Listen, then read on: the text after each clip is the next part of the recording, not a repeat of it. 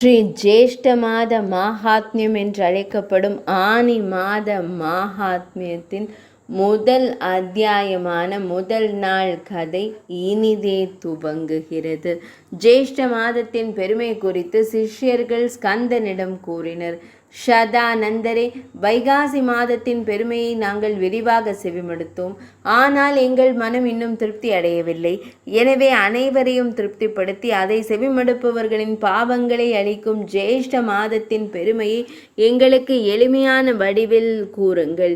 இந்த ஜேஷ்ட மாதமான ஆனி மாதத்தின் தெய்வம் யார்? அந்த தெய்வத்தை வழிபடுவதனால் கிடைக்கும் நன்மைகள் என்ன?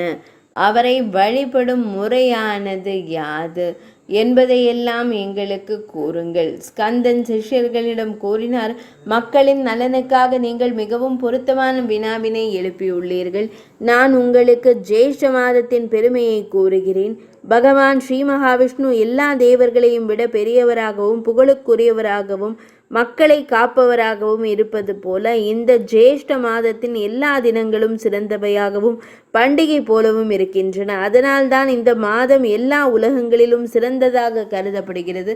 இந்த ஜேஷ்ட மாதமான ஆனி மாதத்தின் தீமைகளை நீக்கிய பின்னர் காலையில் நீராட வேண்டும். இவ்வாறு தசாஸ்வமேதி தீர்த்தத்தில் நீராடுவதால் கங்கை மக்களை தூய்மைப்படுத்துகிறாள். எல்லா பாவங்களையும் அழிப்பதற்காக ஜேஷ்ட மாதத்தில் நீராடி தசாஸ்வமேதீஸ்வரத்திற்கு செல்ல வேண்டும். அங்கு நீராடிய பின்னர் ஒருவர் மீண்டும் பிறவி எடுப்பதில்லை. ஜேஷ்ட மாதத்தின் தினங்கள் மிகவும் புனிதமானவை மற்றும் புண்ணியமானவை. பாவங்களை அழிப்பவளும் கங்கையின் அழகிய ஊற்றை தாங்கி நிற்கும் தேவியுமான கங்கை ஜேஷ்ட மாதத்தில் அவதரிக்க மாட்டாள். ஜேஷ்ட மாதத்தின் திதிகளில் தசமி திதியிலேயே மிகவும் புண்ணியமானது. இது 10 வகையான பாவங்களை அழிக்கிறது. அன்று நீராடுவதும் தானம் செய்வதும் அவசியமாகும். திரிவிக்ரம பெருமாளுக்கு நீர் நிரம்பிய பொருட்கள், தண்ணீர், பனை ஓலைகள், சந்தனம், குடைகள் மற்றும் பாதணிகள் ஆகியவற்றை தானம் செய்ய வேண்டும். பாதணிகளை தானம் செய்யும் பொழுது இந்த மந்திரத்தை உச்சரிக்க வேண்டும். கேசவா, எங்கும் மகிழ்ச்சியை கொண்டு வரும் முட்கள் மற்றும் கூழாங்கற்களிலிருந்து என்னை பாதுகாக்க ஒரு இணை காலணிகளை தானம் செய்கிறேன். இந்த காலணிகளின் மூலம் எனக்கு அமைதியை அருளுமாறு வேண்டுகிறேன். குடை தானம் செய்யும் பொழுது இந்த மந்திரத்தை உச்சரிக்க வேண்டும். கேசவா, இறைவா, இப்பூவுலகிலும் மறு உலகிலும் சூரியனிடமிருந்து என்னை காப்பாயாக. இறைவா, இந்த குடையை உமது அன்பிற்குரிய பிராமணருக்கு கொடுத்து விட்டேன். ஒரு பானை நிறைய சர்க்கரையும் தண்ணீரும் தானம் செய்யும் போது இந்த மந்திரத்தை உச்சரிக்க வேண்டும். ஒரு நாள் ஒரு பானை நிறைய சர்க்கரையையும் தண்ணீரையும் தானமாக வழங்கினேன்.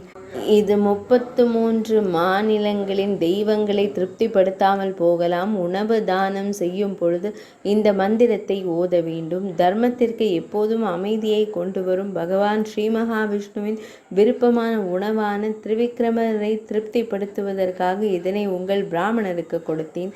சந்தனத்தை தானம் செய்யும் பொழுது இந்த மந்திரத்தை உச்சரிக்க வேண்டும். கற்பூரம் மற்றும் அஸ்வகந்தம் கலந்த இந்த சந்தன கலவை அழகாகவும் சுவையாகவும் இருக்கிறது. நான் இதை தானம் செய்கிறேன். இதனை தானம் செய்வதால் தேவர்கள், முனிவர்கள், முன்னோர்கள் மற்றும் மனிதர்கள் அனைவரும் திருப்தி அடைகிறார்கள். எனவே ஒருவர் தம்மால் இயன்ற அளவு தானம் செய்ய வேண்டும். மேலும் அனைத்து உயிரினங்களையும் பாதுகாக்க நீர்வளம் இல்லாத நிலங்களுக்கு நீர் தானம் செய்ய வேண்டும்.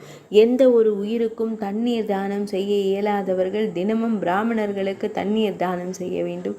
மேலும் அரச மரம், ஆலமரம் மற்றும் பிற மரங்களில் பாதியை ஒரு தனித்துவமான முறையில் தண்ணீரால் பாசனம் செய்ய வேண்டும். தண்ணீர் தானம் செய்யாத பல பெரிய தண்ணீர் தானம் செய்வதை விட பெரிய தானம் இருந்ததில்லை, இருக்கவும் போவதில்லை. எனவே அனைத்து நற்செயல்களிலும் தண்ணீர் தானம் என்னும் சடங்கு மிகவும் சிறப்பானது என்று கூறப்படுகிறது. பற்று காரணமாக ஜேஷ்ட மாதத்தில் தண்ணீர் தானம் செய்யாதவர் தாக வேதனைகளை அனுபவித்து பூமிக்கு திரும்பி வந்து சாதகரின் வயிற்றில் பிறக்கிறார்.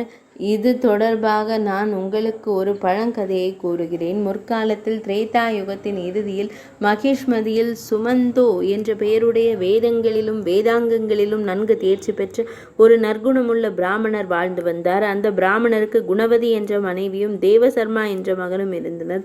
ஒரு பிராமணரின் மகனான தேவசர்மா எப்போதும் தெய்வ வழிபாட்டில் மிகுந்த பக்தி கொண்டவராகவும் விருந்தினர்களை விரும்புபவராகவும் இருந்தார். தற்செயலாக அவர் விறகு சேகரிப்பதற்காக காட்டிற்கு சென்றார். அங்கே சுட்டெரிக்கும் வெயிலின் வெப்பத்தினாலும் பலத்த காற்றாலும் பெய்யும் மழையினாலும் அவர் மிகவும் துன்புற்றார். அந்த காட்டில் இருந்த ஏரிக்கு அருகில் சென்று அவர்கள் ஒரு மரத்தின் அடியில் அமர்ந்தனர். அவர்கள் அனைவரும் மிகுந்த துன்பத்திற்கும் காய்ச்சலுக்கும் ஆளானார்கள். சிலர் இறந்தும் போனார்கள். சூரியன் மறைந்து நாராயணர் உறக்கத்திலிருந்து எழும்போது அந்த பிராமணன் இல்லத்திற்கு திரும்பினான். அந்த பிராமணன் ஒரு சொல்லொன்னா பாவத்தால் இறந்த போது அவருடைய மனைவி தன் மகனையும் தன் செல்வத்தில் பாதியையும் கைவிட்டு அவருடன் தீயில் பிரவேசித்தாள்.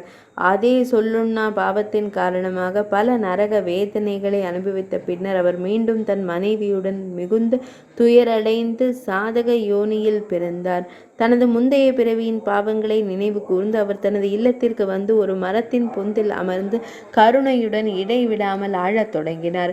அவரது அழுகுரலை கேட்டு அவரது மகன் பலமுறை அவரை தடுக்க முயன்றான். ஆனால் அவர் அந்த மரத்தின் பொந்திலிருந்து வெளியே வரவில்லை. பின்னர் கோபத்தில் அவனது மகன் அந்த மரத்தின் பொந்திற்கு தீ வைத்தான்.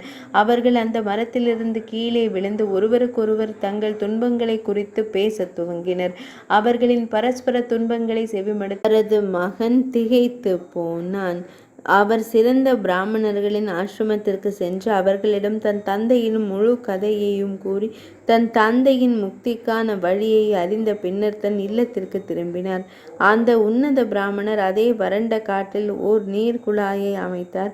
அந்த நீர்க்குழாயின் அருட்கொடை சக்தியால் அவருடைய பெற்றோர் சாதக வடிவத்திலிருந்து விடுபட்டு தெய்வீக வடிவம் பெற்று ஓர் அழகிய விமானத்தில் பகவான் ஸ்ரீ மகாவிஷ்ணுவின் இருப்பிடமான வைகுந்தத்திற்கு சென்றனர். ஜேஷ்ட மாதம் என்று அழைக்கப்படும் ஆனி மாத மகாத்மிய முதல் அத்தியாயமான முதல் நாள் கதை இனிதே நிறைவடைந்தது.